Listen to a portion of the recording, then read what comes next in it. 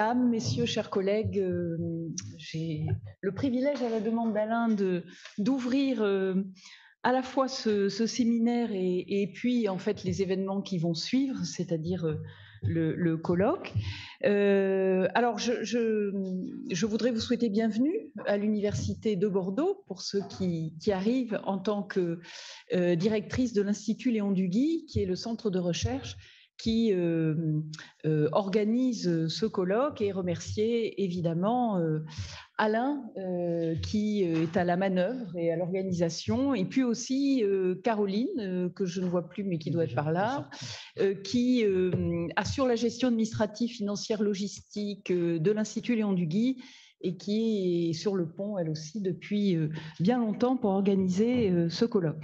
Nous sommes très heureux d'accueillir le séminaire itinérant de la Société française de finances publiques, présidé par mon éminent collègue et ami Étienne, et vous dire en juste 3 mots tout l'honneur que c'est pour nous et le plaisir aussi de vous accueillir et de pouvoir le faire en étant un centre de recherche qui, pour différentes raisons, porte une attention soutenue aussi d'ailleurs par les institutions publiques et en particulier la région à la question des finances locales et à la question des données financières. Il y a un problème ? Non. Des données financières locales. Alors, je ne suis pas du tout spécialisée, je dirais même compétente en finances locales, mais un peu publiciste et administrativiste quand même.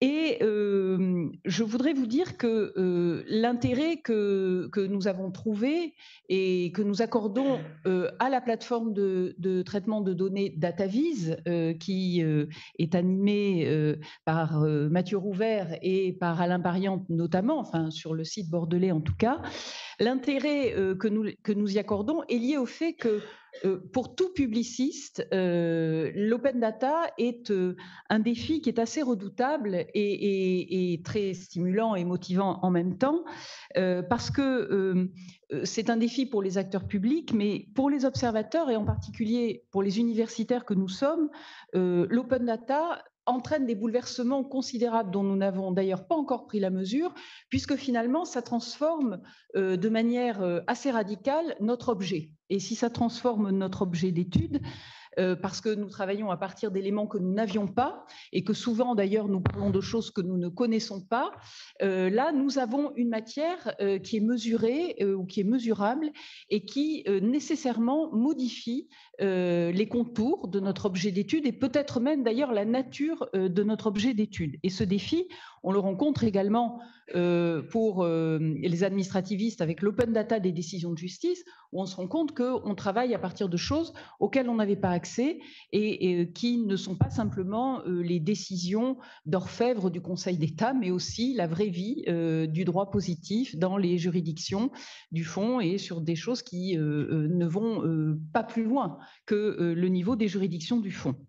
Alors, ça entraîne évidemment un repositionnement de notre recherche, parce qu'on est obligé de faire différemment avec des outils nouveaux et ça n'est pas facile. Et ça entraîne aussi, je pense, en tout cas je l'espère, une relégitimation de notre office d'universitaire, parce qu'aujourd'hui nous sommes peut-être, ou nous allons être en mesure d'apporter des éléments, et c'est bien d'ailleurs l'objectif de DataVis, que d'apporter une matière aux chercheurs, mais aussi d'apporter une matière aux acteurs publics, ce qui alors redéfinit notre office dans l'espace public. Et je crois, peut-être que vous me direz que non, mais peut-être que vous me direz que oui, je crois que l'université a bien besoin de repositionner, relégitimer et mieux faire connaître sa place et son office dans l'espace social. Voilà, donc c'est une mine, ces données publiques, c'est une aventure, et cette aventure, vous allez en parler bien mieux que je ne saurais le faire aujourd'hui dans la suite du colloque. Donc je m'en réjouis, je vous remercie d'être là et de participer à cette manifestation et de faire vivre donc cette aventure que nous allons mener. Merci. Merci beaucoup, Aude, de ces mots d'accueil. Je ne suis pas Olivier Décimat, mais je l'excuse, il n'a pas pu être là et je suis parallèlement directeur adjoint du département droit et transformation sociale, qui est également l'institution qui vous accueille, qui nous accueille aujourd'hui.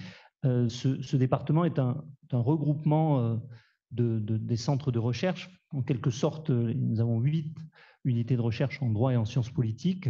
Et donc, ce département de recherche est là pour animer la recherche de ces centres. Et donc, dans une logique assez schizophrénique, je félicite l'Institut Léon Duguy de cette démarche. Et je dirais aussi que aujourd'hui, la plateforme Profil DataVis que nous portons grâce à l'Institut Léon Duguy et au soutien de Drouillère au sein de l'université, mais aussi grâce au soutien fort. Et je suis très content que Mathieu Azoir soit là ce matin, soutien de la région Nouvelle-Aquitaine, soutien du département de la Gironde, mais aussi soutien institutionnel du département droit et transformation sociale, puisque ce département a pour vocation d'inciter, renforcer toutes les logiques de pluridisciplinarité, déjà entre les centres de recherche de droit et au-delà, avec les autres départements de recherche, notamment en économie, sociologie ou autre.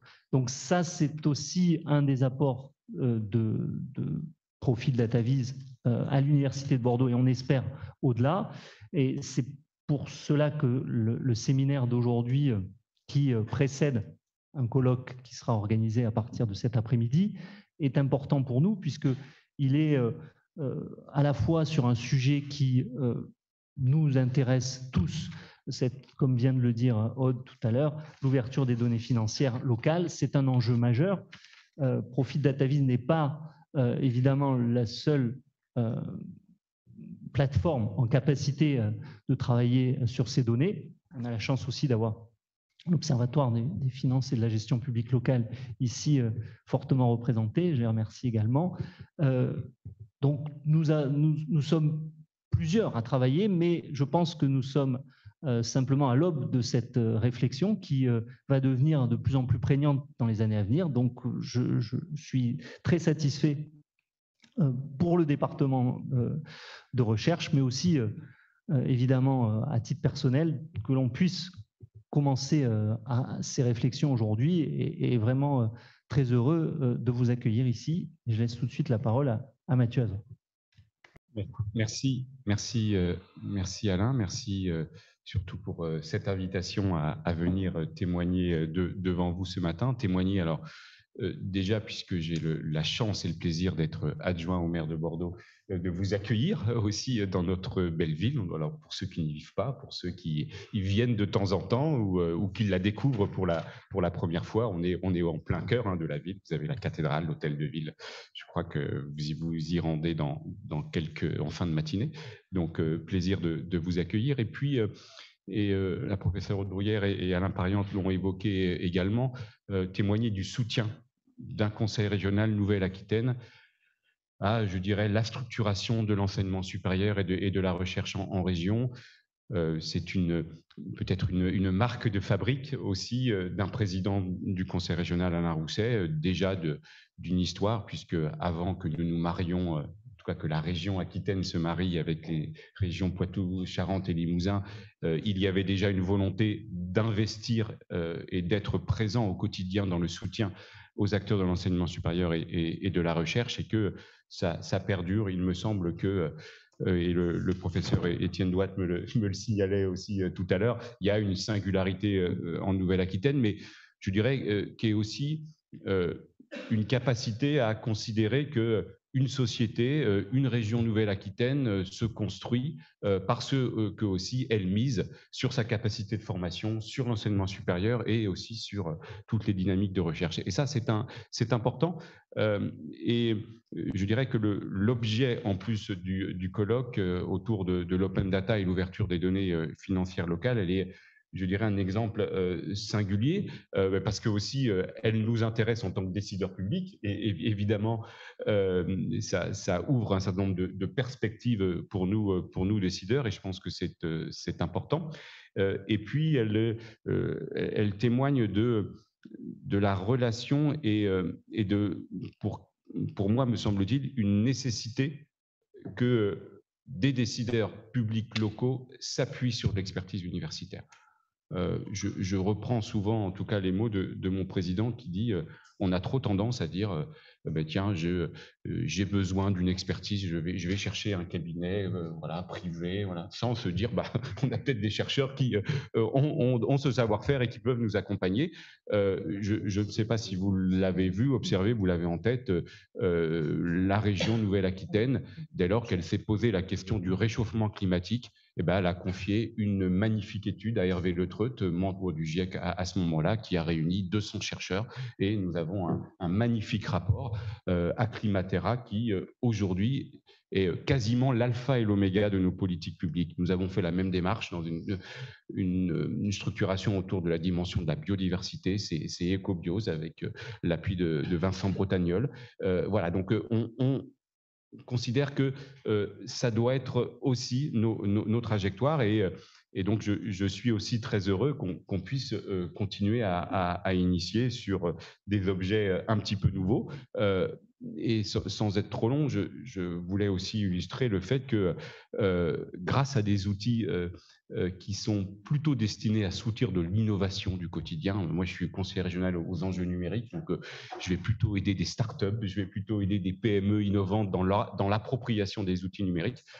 Quand on est venu me présenter ce projet, je me rappelle des premiers échanges avec Alain Pariante et je salue un jeune docteur, Mathieu Rouvert, ici présent, avoir été séduit par cette idée-là et nous avons réussi à, je dirais, aller chercher des outils qui n'étaient pas forcément a priori destinés à soutenir ce genre d'initiative, faire en sorte que le Conseil régional Nouvelle-Aquitaine soit présent. Donc voilà, c'était pour vous faire part un petit peu du soutien global de la région Nouvelle-Aquitaine à vos problématiques du quotidien. Moi, je suis, très admiratif. Mon parcours personnel et politique m'a fait, je dirais malheureusement, quitter les objets de recherche et parfois je le regrette dans ces moments-là. Mais en tout cas, j'étais très heureux d'ouvrir ce moment avec vous ce matin. Merci beaucoup pour ces mots d'accueil. Et c'est un très grand plaisir pour moi d'ouvrir ce séminaire itinérant de la Société française de finances publiques dans Bordeaux, qui est pour moi la plus belle ville du monde. Et donc, ce thème est passionnant, cette ville est très attractive.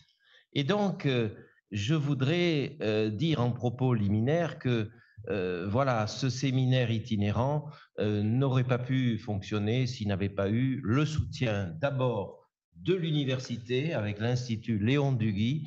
Léon Duguy, c'est le père de la doctrine de l'école de Bordeaux, où on se disputait beaucoup avec l'école de Toulouse. Mais voilà, Léon Duguy, c'est vraiment celui qui nous guide dans la pensée doctrinale à Bordeaux.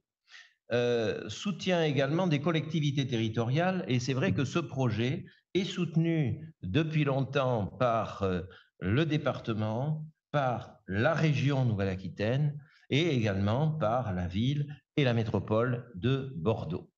C'est le séminaire itinérant de la Société française de finances publiques. Alors, qu'est-ce que c'est que la Société française de finances publiques?